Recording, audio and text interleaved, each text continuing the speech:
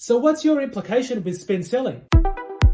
Hi, I'm Perry. Welcome back to my channel. So I'm actually talking about the implication portion within spin selling by Rackham. So what you're doing with implication questions is you're actually getting the client or your prospect to voice their frustrations as it is in the current situation at the moment. But like I've said many times before, just remember in your mind, ask a few questions now, ask a few questions later on. You hit up a client or a prospect with a ton of questions in one go, and all of a sudden what you're going to do is you're going to get that person stop you and go, whoa, hang on a second. That's a whole lot of questions.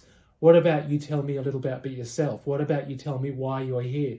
Tell me what you're going to pitch to me or share with me, etc., etc. So use it gently, carefully, get the information you want as often, and I'd say as quickly as possible. I'm going to share with you some examples of some great implication questions. There's a never-ending list to the kind of things that you can actually ask, because the reality is that some people are going to tell you in a very verbose way what their frustrations are with the current problems that they're facing.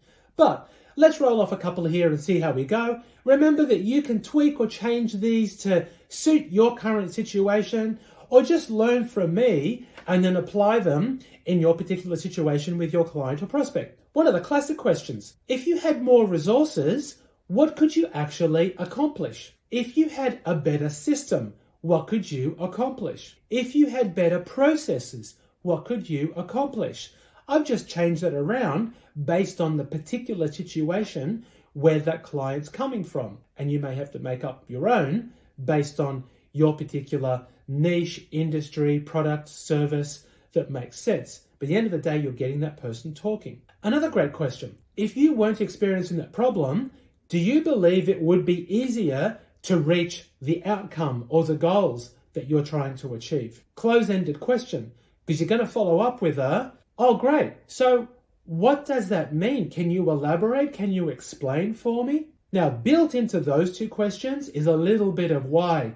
You get an answer, you say in your head, but why? And then you ask another question which extends it. A classic case of ask a simple closed-ended question, get them talking, and then ask an open-ended question, and then get them explaining. Here's another great question. Where do you find you've got the most bottlenecks in this current blah, blah, blah?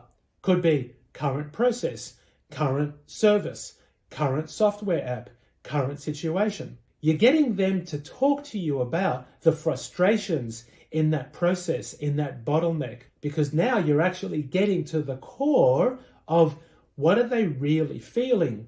And I've used that word intentionally. The buying situation of most people, human beings, we do it emotionally. So if we can get rid of a frustration or a pain, there are so many people and so many situations, businesses especially, that will pay good money to get rid of that problem, to get rid of that situation, to stop that bottleneck, to remove the pain or the wall behind them getting to that next step. There are a few teasers of a bunch of questions. Remember, there's a whole laundry list of questions that we could be talking about here. You can comment and ask for more.